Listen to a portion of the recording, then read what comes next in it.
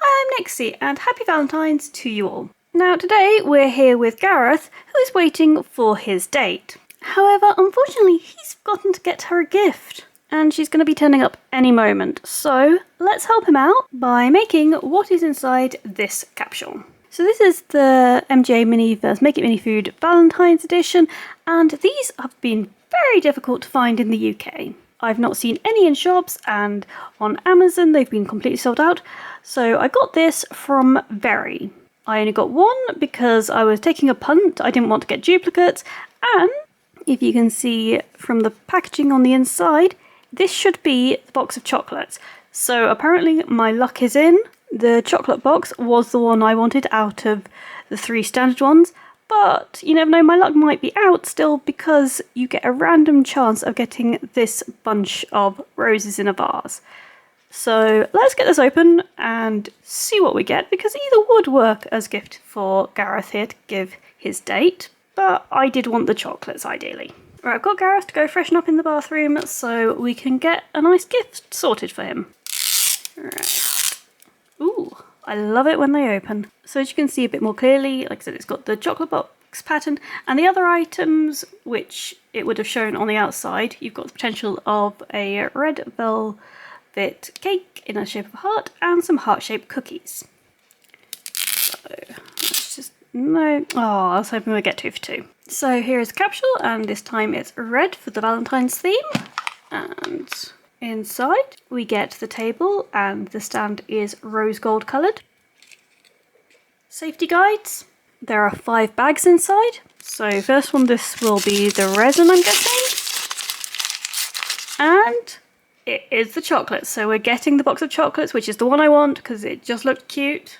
In the next bag we have a little topper for the cloche. So that goes in there. And then there's a rose gold palette knife and a pair of tweezers.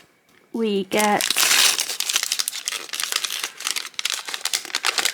a silicone mould for the chocolates, which is what I was quite excited about because obviously that's reusable.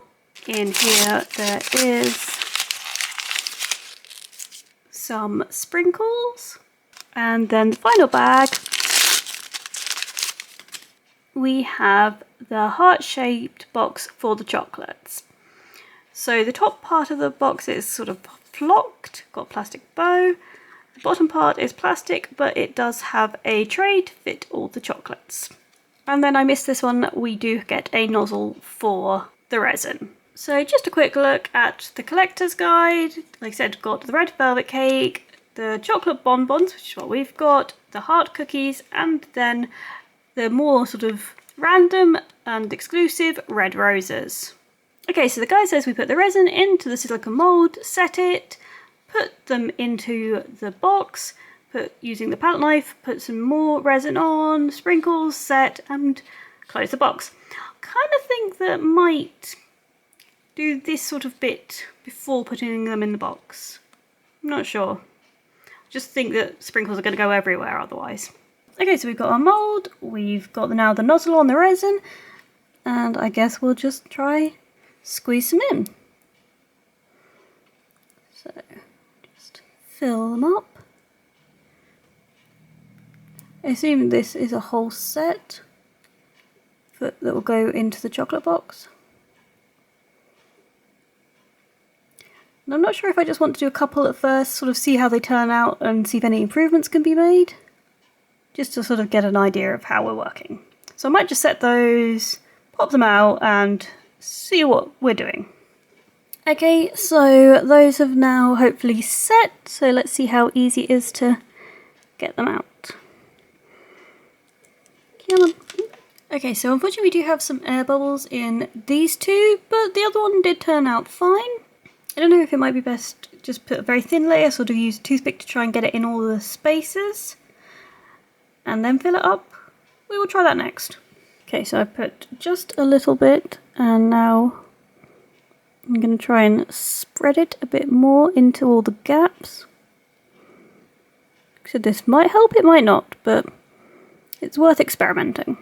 So we tried to get all the air bubbles out, and now we will, it's not good, big old air bubble there. Right, we will hope the big air bubble goes, there we go. And fill it up. And hopefully that will now mean that the pattern will have less like holes and gaps in it. Okay, so that's all the other ones we hadn't done, and bubbles just keep appearing, so I'm going to keep trying to pop them for a while, then set them and just see what we get. All set, and I don't know if you can see there are a lot of bubbles, but hopefully on this side they will look okay. Actually not too bad. So this one has come out pretty well on top. We do have an air bubble on the side there, but I think once it's put in the chocolate box you won't notice, you're only going to see the top, so possibly that was a successful technique then, sort of just making sure it poked really well into the decoration. I might retry this one just to see if we can get that one a bit better. Okay, yes, that one's definitely come out a bit better now. Okay, so let's try some sprinkles on the ones that weren't as good. So I assume it's just going to be a case of put a little bit of resin on top. I don't want to use a palette knife because I don't want to ruin it because it looks cute. So essentially just coated the top of that one. And this one, and now I'm just gonna shake some sprinkles on. Oh, these are really cute little balls, quite sweet. So now that these three are done, I think we'll put the full set into the chocolate box. Obviously you could do that on all, but I think it looks more interesting if you've got a variety. And I have seen people using past resin to make like white chocolates and stuff, so always worth keeping some old resin if you've got any left over, because I think that's quite cool. And because you've got obviously the reusable silicone mould, you can just make loads of chocolates. I mean, I can even imagine like if you're making a chocolate shop, you could have behind the counter them all on like trays, like all different chocolates. It's just really useful having that reusable silicone mould. Like that's why I particularly wanted this, just because it's got just that reusability I thought was really cool. So there we go, all of the chocolates in the box looking like a gorgeous gift. You know, I think with ones like this one, maybe if you like painted the swirl on the top, so it's like contrasting like a white sort of swirl, so like white chocolate drizzle, I think that would look quite special as well. But for now, let's close it up, and we've got a gift for Gareth to give his date. But you know what, I think we should also make a card for him to give to his date. Now I always think the simplest things can look the most effective, so we've just got a bit of black card, which we will fold over. Might just cut that a tiny bit shorter. I think maybe to about there. I then have some pink glittery paper and this little heart sort of press stamp. So we are just going to stamp that. So now you've got a heart that you could stick on the card, but I do also have this bigger stamp to make bigger hearts, and I've got some pale pink paper too. And there you have just a really quick, simple Valentine's card. You know, I used to make cards like this, and like when I was young, and give them to my mum all the time, just cutting out like little heart shapes and stuff, so I think it's sweet. And thankfully Gareth had just enough time to write in his card before the beautiful Carla came, who is his date for the evening. Okay, so now that we've helped Gareth out with a gift and card for his date, I think we should leave these two alone, have a nice romantic dinner together.